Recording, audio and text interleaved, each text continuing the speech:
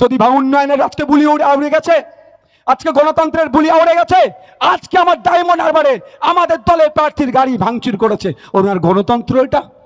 উনি ভাঙড়ে এসে গণতন্ত্রের পাঠ পড়াচ্ছে, ভাঙড়ের মানুষকে গণতন্ত্রের পাঠ পড়াচ্ছে, আর ওনার এলাকাতে আজকে আমাদের আইএসএফ এর প্রার্থীর গাড়ি ভাঙচুর হয়েছে, প্রাণে মেরে দেবে, বাড়িতে ঢুকে মহিলাদের ধর্ষণ করার হুমকি দিয়েছে। আজকে ভাঙড়কে এসে গণতন্ত্রের বুলি আওড়াচ্ছে, গণতন্ত্রের পাঠ পড়াচ্ছে। শুধু অবাক হয়ে যায়, আমি অবাক হয়ে যাই অপদার্থটাকে দেখলে। কিন্তু দুঃখের বিষয়, আমি তো চেয়েছিলাম বেটাকে পুরো ঠান্ডা করে দেবো, করে কালীঘাটে পাঠাবো, কিন্তু কিছু করার নেই, দল আমার চাই না। হলে এখন তো আমার ওখানে থাকার দরকার ছিল, বেটাকে জব্দ করার দরকার ছিল আমার। তবে আগামী দিন আসবে, জব্দ আমি ওকে করে দেখাবো।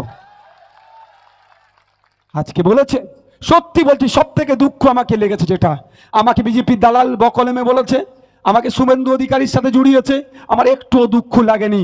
সব থেকে বেশি যে দুঃখটা লেগেছে কোথায় জানেন? আপনাদেরকে বলেছে, ভোটারদেরকে বলেছে, ধর্মীয় উস্কানি দিয়ে নাকি আপনাদের কাছ থেকে আমি ভোটটা চেয়েছি। আমাকে যদি বেলেম করতো আমার কষ্ট লাগতো না। তার মানে ওই বোঝাতে চেয়েছে এসে, ভাঙড়ের মানুষ নাকি ধর্মীয় উস্কানিতে পা গলায়, ভাঙড়ের মানুষরা নাকি ধর্মান্ধ। এটা হতে পারে? আমি গর্ব করে বলি, সারা রাজ্য ঘুরে দেখুন, কোথাও না কোথাও হিন্দু মুসলমানে ধর্মে ধর্মে কিছু না হলেও লড়াই হচ্ছে। আমি এমন একটা জায়গার বিধায়ক, ওখানে মারামারি হানাহানি হতে পারে, হ্যাঁ গুলাগুলি চলে, এই শওকত শাহজাহানরা, এই আরাবুল্লাহ থাকার পরে হিংসা হতে পারে, কিন্তু ভাঙড়ের মাটি পবিত্র মাটি, এই মাটিতে কোনোদিন ধর্ম নিয়ে হানাহানি হয় না, সেখানকার আমি বিধায়ক। আর ওই অপদার্থটা আজকে এসে ভাঙড়ের মানুষকে কুলসিত করে গেছে, এর জবাব ভাঙড়ের মানুষ 1 তারিখে দেবে। অপদার্থ মনে করছে ওটাকে আমি। অপদার্থটা আজকে এসে কি বলেছে? ভাঙড়ের মানুষ নাকি ধর্মীয় উস্কানিতে ভোট দিয়েছে। অপদার্থটাকে বলে যাচ্ছি, এই ক্যালকাটা পুলিশের মাধ্যমে এই অপদার্থটার কানে পৌঁছাতে চাইছি। আসুন, ভাঙড়ের মানুষের সাথে মিশুন। ভাঙড়ের হিন্দু, ভাঙড়ের মুসলিম, ভাঙড়ের দলিত, ভাঙড়ের আদিবাসী, ভাঙড়ের ব্রাহ্মণ, ভাঙড়ের পিছিয়ে বর্গের মানুষের সাথে কথা বলুক। অপদার্থটা বুঝতে পারবে ভাঙড়ের মানুষ কত ধর্মপ্রাণ মানুষ, অন্য ধর্মের মানুষকে কত সম্মান দেয়, কোন ধর্মীয় উস্কানি ভাঙড়ের পক্ষে চলে না, সেটাকে জানিয়ে দেবে ভাঙড়ের মানুষ। সত্যি বলছি, সব থেকে বেশি দুঃখ আমাকে লেগেছে, আমি যখন বিভিন্ন জায়গায় যাই, ভাঙড় শুনে আটকে উঠে অফিসাররা বলে, কোন আইএস আইপিএস থেকে শুরু করে WBCS অফিসাররা, আমি তাদেরকে এইটাই বলি যে ভাঙড় আমি মেনে নিচ্ছি, এই শওকত আরাবুলরা ভাঙড়কে খারাপ করে রেখেছে, কিন্তু ভাঙড়ের সাধারণ মানুষকে আপনারা জানেন না। আমি গর্ব করে বলি যে ভাঙড় এমন একটা জায়গা, ভাঙড়ের ইতিহাস দেখাতে পারবেন না ভাঙড়ের মানুষ ধর্ম নিয়ে কোনোদিন টেনশন করেছে, কারণ এই ভাঙড়ের মাটিতে ও সাম্প্রদায়িক শক্তির কোনো বীজ বপন করতে দেয় না।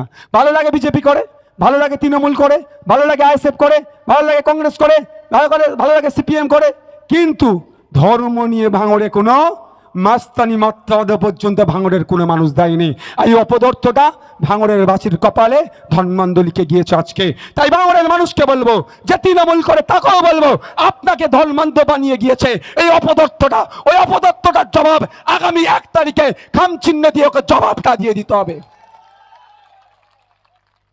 আদরের দুলাল তো সামনে 2000 পুলিশ, পিছনে 2000 পুলিশ লে ঘুরলে ভাববে কি করে মানুষের সুখ দুঃখের কথা? মুখে কোনোদিন হাসি দেখেছেন অপদার্থটার? হাসি দেখেছেন? অপদার্থকে আমি কোনোদিন হাসতে দেখিনি, প্রচুর ভিডিও আমি খুলে খুলে দেখেছি। বিশ্বাস করুন, বিশ্বাস করুন, আমি প্রচুর ভিডিও দেখেছি খুলে খুলে, যে বেটার একটু হাসবে কবে আমি দেখবো। একটা ভিডিও আমি দেখতে পাইনি। ও কি করে বুঝবে ভাঙড়ের মায়ের কষ্টের কথা? যদি উন্নয়নের আজকে বুলি উড়ে গেছে, আজকে গণতন্ত্রের বুলি উড়ে গেছে, আজকে আমার ডায়মন্ড হারবারে আমাদের দলের প্রার্থীর গাড়ি ভাঙচুর করেছে, ওনার গণতন্ত্র এটা?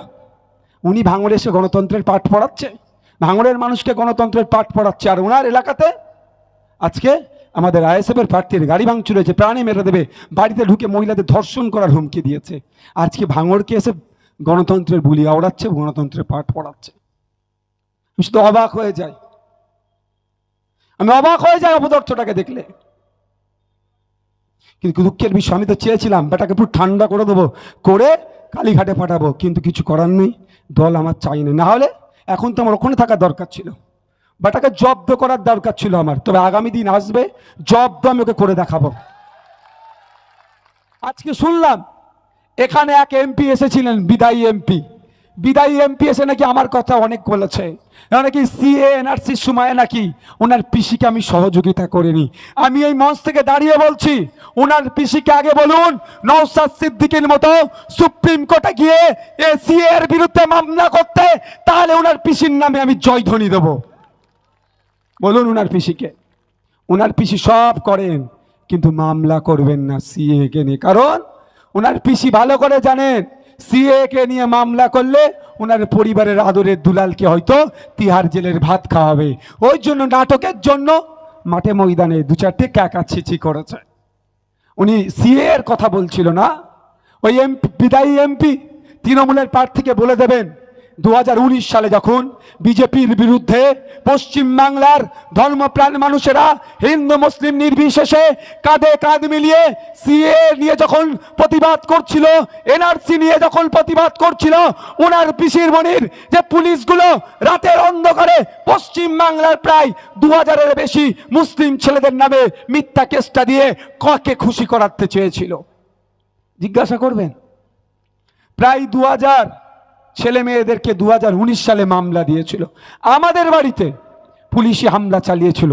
যে রাতে আমি গিয়ে সুপ্রিম কোর্টে মামলা করতে গিয়েছি, পশ্চিম বাংলা সারা ভারতবর্ষে এই বড় বড় বিজেপি, এই শুভেন্দু অধিকারীদের বিভাজনের সরকার, সুকান্ত মজুমদারদের হিন্দু মুসলমান করে ক্ষমতায় টিকে থাকা সরকার সিএ নিয়ে এসে মানুষের মধ্যে বিভাজন করতে চেয়েছিল। তাকে আটকানোর জন্য সুপ্রিম কোর্টে গিয়েছিলাম মামলা করতে। ওই রাত্রে এই যে এসে আজকে বক্তব্য দিয়ে গেছে, এর পিসি আমাদের বাড়িতে পুলিশ দিয়ে হামলা চালিয়েছিল। আরে লড়াইটা ছিল বিজেপির বিরুদ্ধে, সারা পশ্চিম বাংলার মানুষ লড়াই করছিল, তাহলে রাজ্য পুলিশকে দিয়ে আমাদের নামে মিথ্যা মামলা কেন করেছিল? ভাবতে হবে। অসমে বিজেপি সরকার থাকার পরেও প্রধানমন্ত্রী অসমে যেতে চেয়েছিল, এমন প্রতিবাদ হচ্ছিল, সিএনআরসি কে নিয়ে অসম সরকার দায়িত্ব নেয়নি, বলেছে এখানে আসবেন না, আমি দায়িত্ব নিতে পারবো না। আর ওনার পিসি পশ্চিম বাংলায় নিয়ে এসেছিল তখন মোদিজিকে। আমরা ভুলে যাচ্ছি না। বাঁধ নির্মাণ করা দরকার, সিমেন্টের বাঁধ নির্মাণ করা দরকার, বিজ্ঞানসম্মতভাবে বাঁধ নির্মাণ করে বিজ্ঞানসম্মতভাবে রক্ষণাবেক্ষণ করলে সন্দেশখালী থেকে তত্ত্ব এলাকার মানুষেরা ওই প্রতি বছর যেভাবে প্রাকৃতিক দুর্যোগে তাদের ঘরদোর থেকে শুরু করে জমি জায়গা ক্ষতিগ্রস্ত হচ্ছে, সেটা হতো না। কিন্তু দুঃখের বিষয় 17 বার ভোট দিয়ে এমপি করে পার্লামেন্টে পাঠিয়েছেন, আপনাদের হয়ে কথা বলেনি। সময় এসেছে, একবার ভরসা করুন। 18 বারের মাথায় আমি আপনাদের কথা দিতে পারি, আপনারা প্রতারিত হবেন না, আপনারা প্রতারণার শিকার হবেন না। খাম চিহ্নকে পার্লামেন্টে পাঠালে খাম চিহ্ন গিয়ে সন্দেশখালীর ওই বাঁধ নির্মাণের কথা যেমন বলবে, এই বসিরহাটের এই এলাকার বিড়ি শ্রমিকদের কথা বলবে, এখানকার দর্জি শ্রমিকদের কথা বলবে, ইটভাটা শ্রমিকদের কথা বলবে, শ্রমজীবী মানুষের কথা বলবে, কৃষকদের কথা বলবে। আমি আপনাদের বলি, এখানে যারা বিড়ি শ্রমিক আছেন, আমার কাছে তথ্যটা এই মুহূর্তে নাই। আমি পশ্চিমবাংলা সরকারকে প্রশ্ন করেছিলাম, শ্রমমন্ত্রীকে প্রশ্ন করেছিলাম, 1000 বিড়ি বাঁধলে তার রোজ কত? আপনারা যারা বিড়ি শ্রমিক আছে, আপনারা 1000 বিড়ি বাঁধলে কত টাকা দেয়? হ্যাঁ, মধ্যখান থেকে অন্তত কম করে 50 টাকা ঝেড়ে দেয়।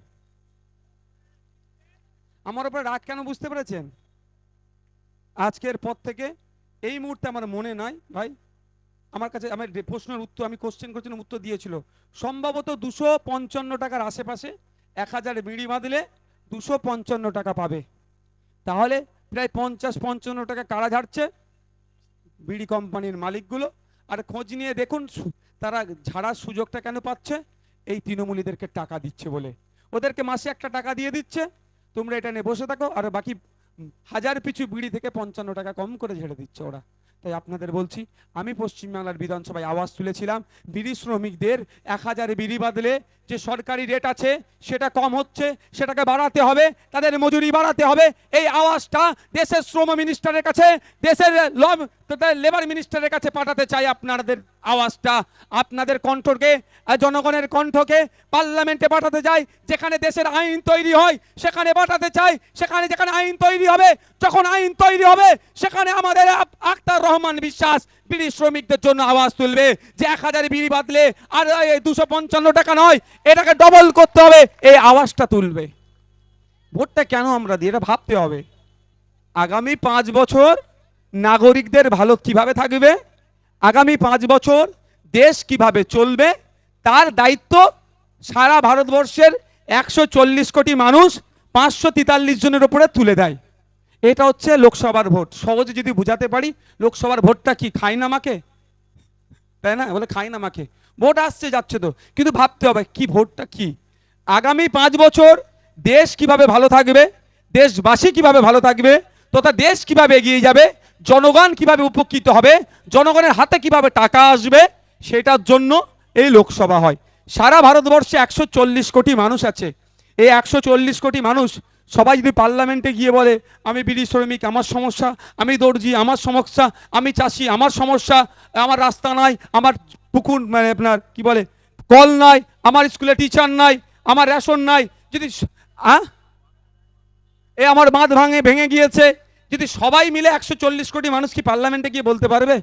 সম্ভব না। এখানকার প্রায় 16 লক্ষ ভোটার আছে, সবাই কি পার্লামেন্টে গিয়ে বলতে পারবেন? সম্ভব নয়। সেই জন্য 16 লক্ষের মানুষের মধ্য থেকে 15 লক্ষ মানুষের মধ্য থেকে একজনকে আমরা পার্লামেন্টে পাঠাই, যে আমাদের কণ্ঠ হয়ে কথা বলবে, আমাদের দুর্দশার কথা একজন গিয়ে ওখানে উগলাবে, মানে বলবে। ঠিক যেভাবে ভাঙড়ের মানুষ আমাকে ভোট দিয়ে পার্লামেন্টে রাজ্যের আইনসভায় পাঠিয়েছে, ভাঙড়ের মানুষের যে সমস্যা যেগুলো আছে সবটা একবার করে বলে দিচ্ছে, আবার রিপিট করতে হচ্ছে আমাকে। বুঝতে পেরেছেন? তা আমার এমপিও সেটা বলবে, কিন্তু এটা বলে না। আর ওখানে যারা থাকবে তারা এই সমস্যাগুলোকে সমাধান করবে।